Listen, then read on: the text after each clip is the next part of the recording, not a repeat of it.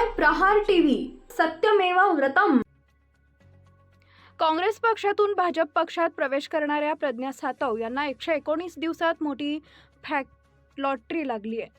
2030 पर्यंत काहीच टेन्शन नसताना प्रज्ञा सातव यांनी आमदारकीचा राजीनामा दिला आणि भाजप पक्षात प्रवेश केला। मात्र आता त्या पुन्हा आमदार होणार आहेत। विधान परिषद पोटनिवडणुकीसाठी भाजपचा उमेदवार ठरलाय। काँग्रेसमधून भाजपात आलेल्या प्रज्ञा सातव यांना उमेदवारी दिली जाणार असल्याची माहिती सूत्रांकडून मिळाली आहे। प्रज्ञा सातव यांनी 18 डिसेंबर 2025 रोजी विधान परिषदेतील आमदारकीचा आणि काँग्रेसमधील सदस्यत्वाचा राजीनामा दिला।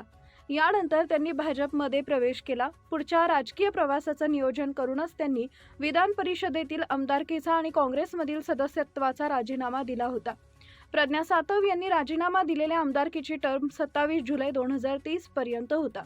2030 पर्यंत काहीच टेन्शन नसताना प्रज्ञा सातव यांनी आमदारकीचा राजीनामा दिला होता। प्रज्ञा सातव यांनी भाजप प्रवेशानंतर त्यांची जागा रिक्त झाली। विधान परिषदेतील त्यांच्या एका जागेसाठी पोटनिवडणूक जाहीर झाली आहे। या रिक्त असलेल्या परिषदेच्या जागेसाठी 12 मे रोजी पोटनिवडणूक होणार आहे। संख्याबळ पाहता ही जागा भाजपला मिळाली। या जागेवर भाजपनं प्रज्ञा सातव यांनाच उमेदवारी दिली आहे। त्यामुळे प्रज्ञा सातव आता त्या भाजपच्या आमदार म्हणून विधान परिषदेत जाणार आहेत।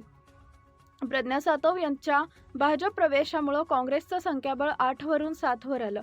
प्रज्ञा सातव यांच्या भाजप प्रवेशामुळे काँग्रेसला धक्का बसला। प्रज्ञा सातव यांच्या भाजप प्रवेशामुळे काँग्रेसचा विरोधी पक्षनेतेपदाचा दावा धोक्यात आलाय। कारण सातव यांच्या भाजप प्रवेशानंतर काँग्रेसचं संख्याबळ 8 वरून 7 वर आलं। विधान परिषदेत विरोधी पक्षनेतेपदासाठी 8 आमदारांची अट आहे। त्यामुळे आता काँग्रेसचा विरोधी पक्षनेतेपदाचा दावा अडचणीत येण्याची शक्यता वर्तवली जाते। कोण आहेत प्रज्ञा सातव? प्रज्ञा सातव या दिवंगत नेते राजीव सातव यांच्या पत्नी आहेत। राजीव सातव हे राहुल गांधींचे निकटवर्तीय मानले जायचे।